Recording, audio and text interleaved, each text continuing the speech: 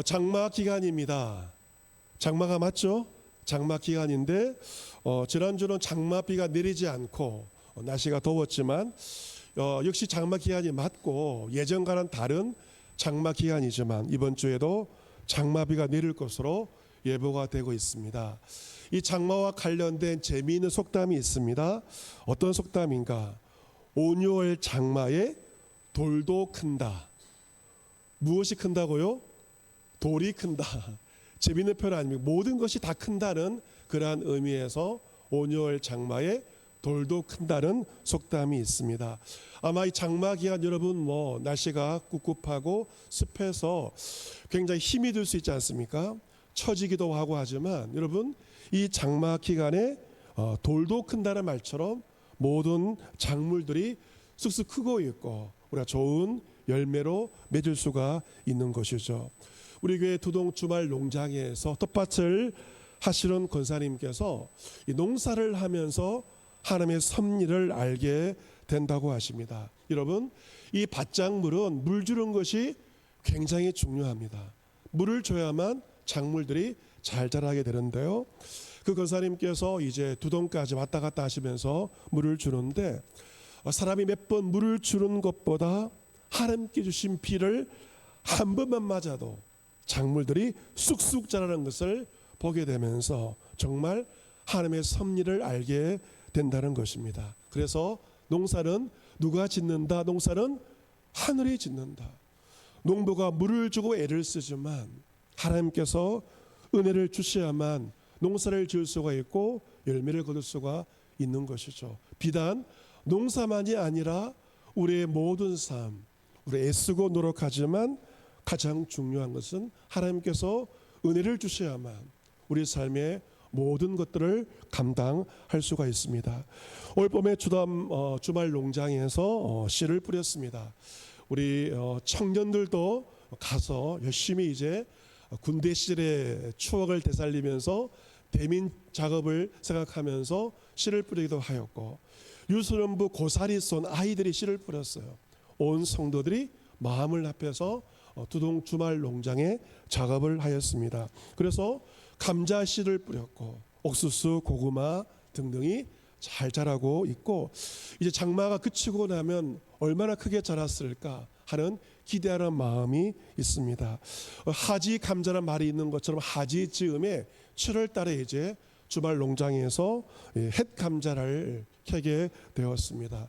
우리 장로님께서 첫 열매라고 저에게 가져오셨는데 얼마나 맛이 있는지 맛있게 먹게 되었고 그리고 건찰에 종강할 때 건찰의 식구들과 또한 매주 토요일마다 청소하시는 주담 깔끔히 팀원들과 찐 감자를 맛있게 먹는 시간을 보내게 되었습니다. 여러분 감자 좋아하시나요?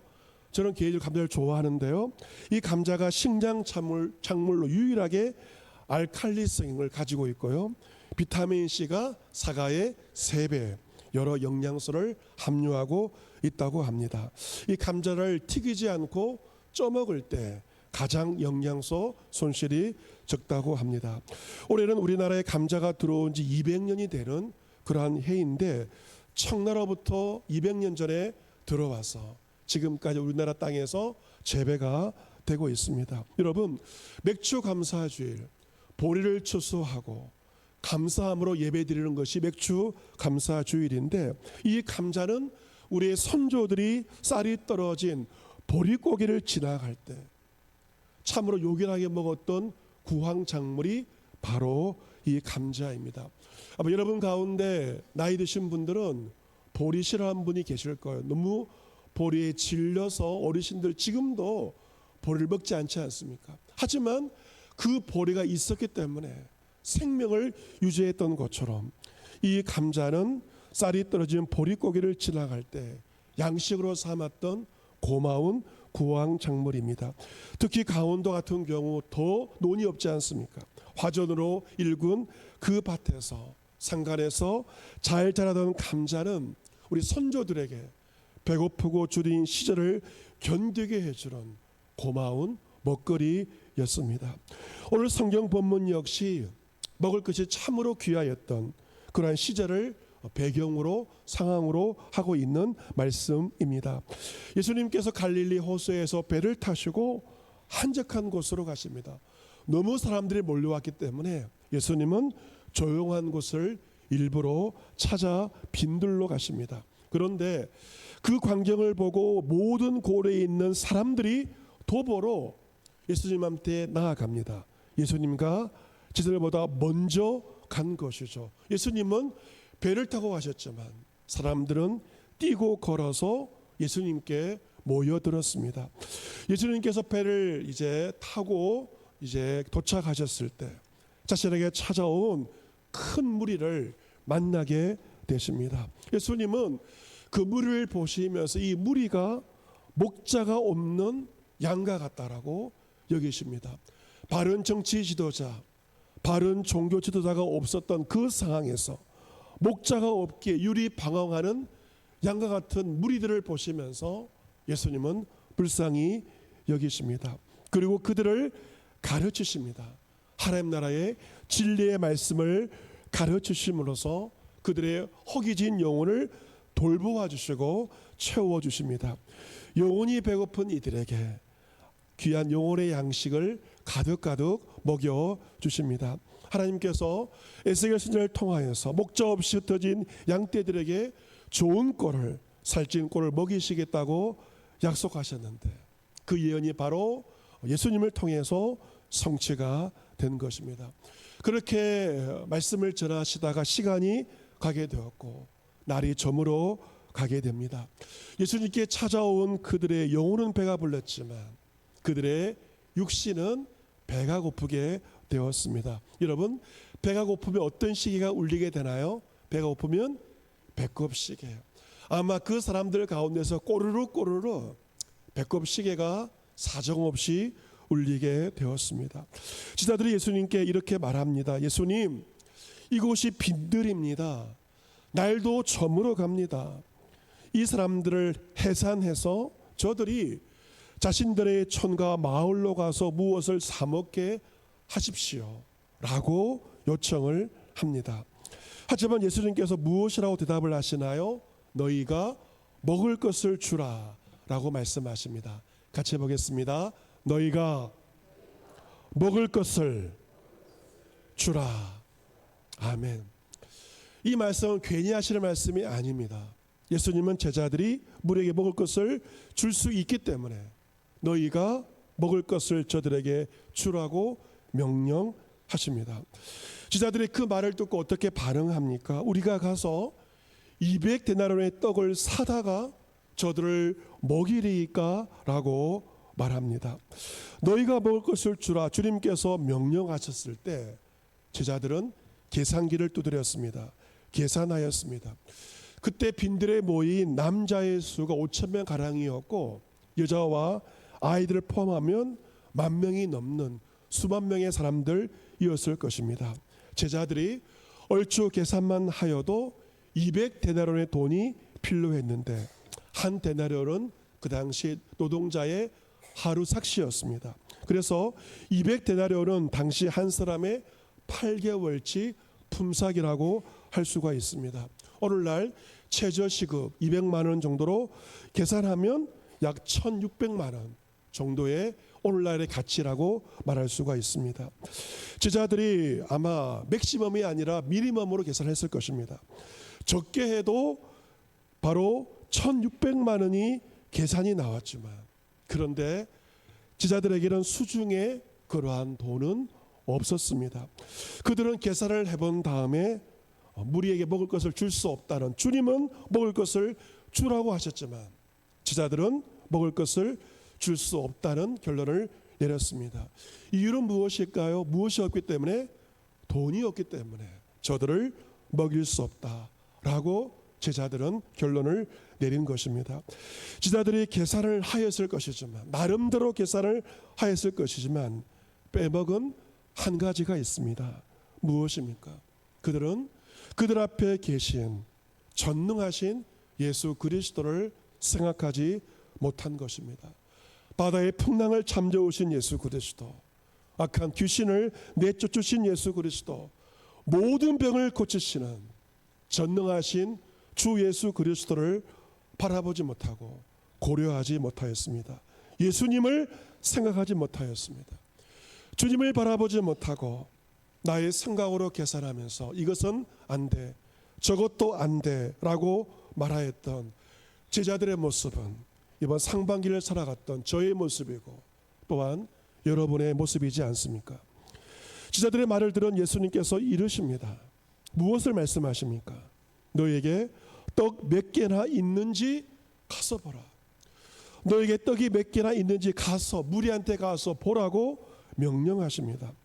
제자들이 무리들을 찾아가면서 떡을 구합니다. 먹을 것을 구합니다.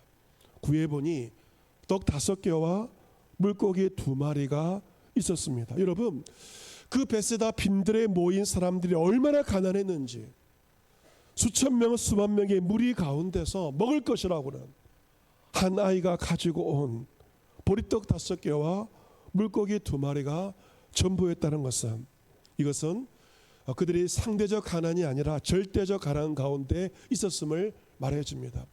우리가 지금 겪고 있는 가난은 대부분이 상대적인 가난이죠. 다른 사람과 비교해서 부족하다, 좋은 차를 못하고 좋은 집에 못 살다고 하는 상대적인 가난 때문에 위축되어 있지만, 하지만 2000년 전 베스다 빈들에 있었던 이들은 상대적 가난이 아니라 떼거리가 없는 절대적 가난 가운데 그들이 있었습니다. 예수님은 그들에게 명령하사 모든 사람으로 떼를 지어 푸른 잔디 위에 앉게 하십니다. 한 명도 제외되지 않게 하십니다. 100명씩 50명씩 그룹으로 앉히십니다. 그리고 41절 모든 준비를 마치신 다음에 예수님은 가장 중요한 것을 하십니다. 무엇입니까? 떡 5개와 물고기 2마리를 가지시고 하늘을 우러러 예수님은 축사하십니다. 하늘을 우러러 보았다는 것은 예수님께서 전능하신 하늘 아버지를 바라보셨다는 것입니다. 축사하셨다, 축복하시고 그리고 감사하셨다는 것입니다. 여러분, 그 어린아이가 가지고 온 그 보리떡이 큰 보리떡이었을까요? 제가 생각해 보니 그 당시 아이들은 천대받았습니다. 아이들이 그 아이가 가져온 보리떡은 변변치 않는 작은 보리떡이었을 것입니다.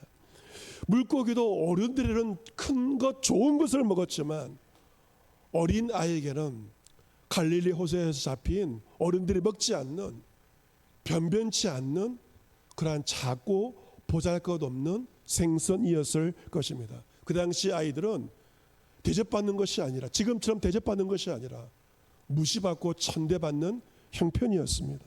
여러분, 그 작은 보리떡, 변변치 않는 상품성이 없는 물고기 가지고 감사할 것이 무엇이겠습니까? 하지만 예수님은 아이가 가져온 그 작은 보리떡, 물고기를 가지시고 하늘을 향하셨고 축복하시고 감사하십니다. 그러자 어떠한 일이 나타납니까? 떡을 떼어 제자들에게 주어 모든 사람들에게 나누어 주게 하십니다. 물고기 2마리도 모든 사람에게 나누십니다. 나눔의 기적이 일어나게 되었습니다. 그러자 남자 5,000명 되는 이들이 다 배불리 먹었습니다. 그 당시 배불리 먹는 것은 상상할 수 없는 일이었습니다. 그런데 그들은 빈들에서 몇 년 만에 처음으로 배를 두드리면서 그 양식을 먹게 되었습니다. 그리고 남은 떡 조각과 물고기를 버리지 않고 거두니 12바구니에 차게 거두게 되었습니다. 온 무리들이 다 배불리 먹고도 12광주리가 남는 오병이의 기적이 베스다 빈들에서 나타나게 되었습니다. 할렐루야! 주님의 기적, 주님의 행하신 역사가 베스다 빈들에서 일어나게 되었습니다. 여러분, 주님이 행하시는 일들은 어떤 모습일까 궁금하시지 않습니까? 주님이 행하시는 역사들은 한 사람도 제외가 안 되는 것입니다. 모든 사람, 남자만이 아니라 여자들도 어린 아이들도 다 배불리 먹는 것이 주님의 기적입니다. 그리고 겨우 먹는 것이 아닙니다. 다 배불리 먹고도 모자람이 아니라 남는 것, 이것이 바로 주님의 역사요, 주님의 기적인 것입니다. 여러분, 제자들이 너희가 먹을 것을 주라 주님께서 명령하셨을 때 그들의 생각으로 아무리 계산기를 두드려 보았지만 5천 명을 먹일 수 있는 답은, 솔루션은, 대안은 나오지 않았습니다. 안 됩니다 라고만 답을 하였습니다. 하지만 그 베세다 빈들에서 작은 아이가 가져온 그 떡과 그 물고기 주의 손에 올려드리고 주님 축복하시고 감사하시자 5천 명이 배불리 먹고도 남는 기적이 나타나게 되었습니다. 여러분, 그 적은 보리떡 5개와 물고기 2마리는 아예 한 명이 혼자가 먹어도 배부를 수 있는 양이 아니었습니다. 하지만 그 아이가 죽게 드리고 주의 손에 들려지고 주님 축복하시고 감사하셨을 때 그 아이도 배불리 먹고, 그 아이만이 아니라 5천 명이나 배불리 먹는 놀라운 나눔의 기적이 베세다 빈들에서 일어나게 되었습니다. 여러분, 그 광야 빈들에서는요, 식당도 없었습니다. 맛집도 없었습니다. 마트도 없었고 편의점도 없었습니다. 하지만 베세다 빈들 광야에 우리 주님이 계셨습니다. 그 빈들에 주님께서 계신 것입니다.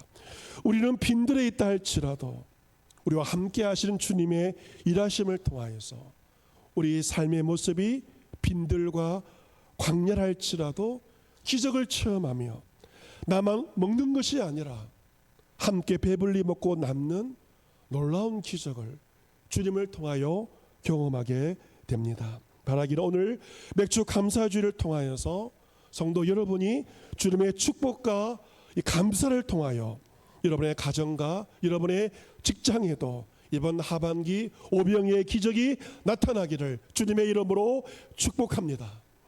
우리 교회에도 이런 오병이의 기적이 나타나는 살아있는 교회가 되기를 바랍니다. 여러분, 교회는요, 계산하는 것이 아닙니다. 우리가 계산해 보아도, 아무리 계산해 보아도 답은 나오지 않습니다. 그러나 교회는 어떤 곳인가? 오늘 본문처럼 나의 작은 것이라 할지라도 헌신하는 곳입니다. 아무리 계산하고 머리를 굴려도 답은 나오지 않지만 주님께 헌신하면 그 작은 헌신을 통하여 놀라운 기적을 우리는 우리의 삶을 통하여 경험하게 됩니다. 여러분, 날씨가 더워졌습니다. 어제 보니까 맥주 감사주의를 위해서 우리 권사님들이 어제 하루 종일 정말 봉사하는 것을 보게 되었습니다. 이 무더운 여름철 앉아만 있어도 땀이 나는데 먹거리를 사오고 재료를 준비하고 밥을 준비하는 거 정말 힘든 일인 것을 보게 됩니다. 이 더운 날씨 음식을 사람이 먹고로 살아야 되는데 안 먹을 수는 없고 음식을 준비하는 것이 여간 어려운 일이 아닙니다. 지난번 당회에서 어떤 이야기가 나왔느냐 하면 이 주일 여름에 혹석이 7월 하순 8월 초 혹석이 주일날 점심을 교회 인근 식당에서 먹게 하자 하는 의견이 나왔습니다. 그러면 교회 주방이 실수가 있고 교회 주변의 상가들도 도움이 되기 때문에 그런 의견이 나왔습니다. 하지만 요즘에 외식 물가가 많이 오르지 않았습니까? 그래서 비용을 계산하다 보니 예산도 없고 그러면서 의견이 나왔지만 시행하기가 여의치가 않게 되었습니다. 그런데 최근에 한 방에 그것이 해결되었다는 이야기를 듣게 되었는데 올해 등록한 한 성도님께서 우리 교회 주변에서 횟집을 경영하시는데 7월 21일 주일날 전체 교인들 점심 식사를 횟집에서 제공하기로 섬겨주시기로 했다는 귀한 소식을 듣게 되었습니다. 메뉴는 보리떡과 물고기는 맞습니다. 물회가 메뉴가 될 것 같고 요즘 날씨가 더워서 입맛이 없는데 물회가 별미가 될 것 같습니다. 물회를 못 드시는 분들을 위해서 매운탕도 준비를 하신다고 하시고 그리고 아이들을 위해서는 돈가스도 준비하시면서 누구도 제외되지 않고 다 먹을 수 있도록 메뉴를 준비하신다고 합니다. 여러분, 우리가 계산으로 할 때는 돈이 얼마가 들고 예산이 있다 없다 참으로 답이 나오지 않았지만, 하지만 누군가의 헌신을, 한 사람의 헌신을 통하여서 모든 성도들이 맛있게 식사하는 오병이의 기적이 우리 교회에 나타나게 되었습니다. 할렐루야. 하나님의 역사이십니다. 이번 하반기에 헌신을 통한 기적이 우리 교회 가운데 많이 나타날 수 있기를 축복합니다. 이 기적은 바로 누군가의 헌신을 통하여서 모든 사람이 배불리 먹는 오병이의 기적은 우리 삶에도 나타나게 되는 것입니다. 요즘에 의료 파업이 아직도 완전히 해결이 나지 않았습니다. 그러다 보니 병원들이 어려운 상황 가운데 있고, 이제 우리 가로대를 마치는 우리 학생들도 취업을 해야 되는데 대형 병원에서는 직원을 뽑지 않는 그러한 현실 가운데 있습니다. 이러한 어려운 시국에 지금 시골에 있는 한 병원에서 묵묵히 자리를 지키는 40대 의사의 이야기를 듣게 되었습니다. 그는 경상남도 시골의 작은 의원에서 5년째 시골 의사로 살아가고 있는 이름은 밝히지 않고 성이 황씨인 황 원장입니다. 이 의대생들이 모여 훈련받는 선교단체가 있는데요, 한국 누가입니다. 이 누가가 의사로서 누가복음과 사도행전을 지은 저자인데, 그래서 한국 누가 영어로 CMF에서 의대생과 한의대생들과 이 간호대생들이 훈련을 받고 그러한 귀한 시간들을 보내는데, 이 황 원장 역시 한국 누가의 출신으로서 훈련받았고 배운 대로 살려고 노력을 하고 있다고 합니다. 그런 시골 병원에서 진료하고 역사가 오래됐지만 사람들이 별로 없는 시골 교회를 섬기고 있습니다.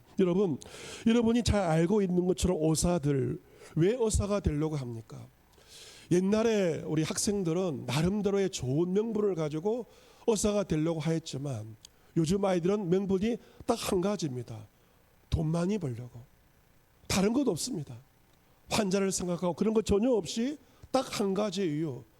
돈 많이 벌기 위해서 의대에 가려고, 의대를 진학하려고 그렇게 말을 합니다. 그리고 의사들 많은 돈을 줘도 지방으로 시골로는 가지 않으려고 하는 것이 작금의 현실임을 여러분도 잘 알고 있을 것입니다. 하지만 그는 시골 쪼매난 의원에서 마음을 다해서 진료하고 있습니다. 주변에서는 비아냥거립니다. 젊은 의사가 얼마나 갈 데가 없고 능력이 없으면 시골에 와서 진료하느냐, 새안경을 끼고 바라보기도 하지만 그는 말합니다. 할머니들 다 돌아가시고 더 이상 동네에서 내가 할 역할이 없다 싶으면 내 발로 떠나갈 것이라고 그는 말하고 있습니다. 하지만 시골 병원의 현실은 결코 녹록치가 않습니다. 올해 1월, 2월 기준으로 지난해보다 비교해 보니 환자 수가 20%가 줄었고 의원의 매출은 28%, 거의 3분의 1 정도가 줄었다고 합니다. 이유가 있죠. 시골이다 보니 새로운 환자, 이른바 신환이 유입되지 않습니다. 병원을 찾는 어르신들 한 분, 두 분 거동이 불편하고 병원에 올 수도 없습니다. 그러다가 돌아가십니다. 그러니 환자가 오지 못하고 매출이 줄은 것은 어쩌면 당연한 일인지도 모릅니다. 5년 동안 매년 매출이 10%씩 줄었습니다. 늘은 것이 아니고 5년 동안 매년 10%씩 줄어서 5년 동안 했으니 반타작이 되어버렸습니다. 그래서 이 5년 동안 병원을 유지하는 것이 이상하고 유지하는 것이 기적이라고 그런 말합니다. 하지만 어르신 환자들은 감사한 마음을 담아 상추를 잔뜩 선물하고 강둑에서 뜯은 쑥을 연신 가져옵니다. 시골의사 황 원장은 그 시골에서 빈들에서 기적을 경험하면서 의사로서 지금도 살고 있습니다.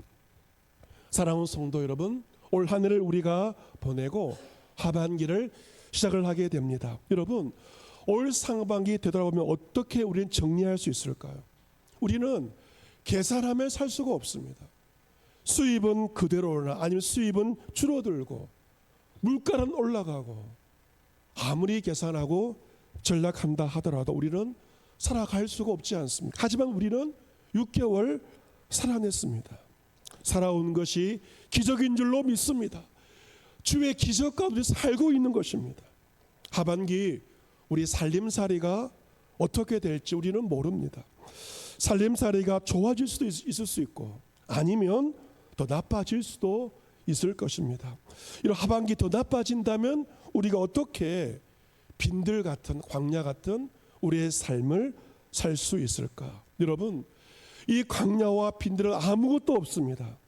광야와 빈들은 우리의 힘과 능력과 계산으로 살 수 없는 곳이 바로 광야요 빈들입니다. 광야와 빈들은 주님의 도우심으로만, 믿음으로만 살 수 있는 곳이 인생의 광야와 빈들입니다. 여러분의 삶이 어려울수록 힘들수록 믿음으로 살아가시기를 바랍니다. 믿음이 없이는 우리는 결코 광야에 살 수가 없고 원망과 불평 가운데 광야에서 죽을 수밖에 없을 것입니다. 광야에서 우리 주님은 살아계시고 여전히 일하고 계십니다. 이번 주 추천하는 찬양 한 곡을 소개해드리면 오늘 본문을 배경으로 지어진 곡인데요. 미국 재미교포 출신의 찬양 사역자 보라연 킴이 지은 주가 일하시네 하는 찬송입니다. 그런 재미교포이지만 한국에 와서 한국의 다음 세대를 세우기 위한 찬양 사역을 맨 땅에 헤딩하면서 하고 있는 귀한 찬양 사역자인데 그의 대표곡 주가 일하시네는 그의 자전적인 믿음의 고백입니다.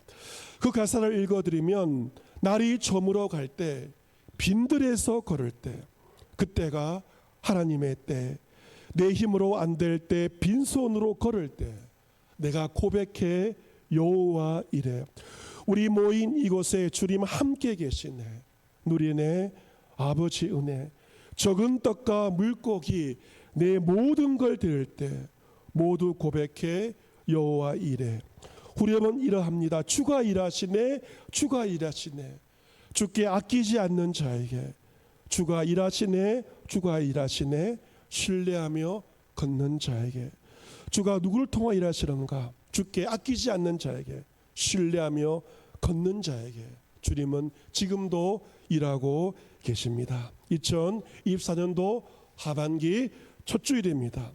우리의 삶이 빈들에서 빈손으로 걷는다 할지라도 우리의 작은 떡과 물고기 나의 모든 걸 주님께 아낌없이 드림으로 주님이 행하시는 축복과 감사를 통하여 이번 하반기 주의 일하심과 기적을 경험하며 날마다가 기적을 경험하는 여러분 모두가 될 수 있기를 감사하신 예수 그리스도의 이름으로 축복합니다. 아멘.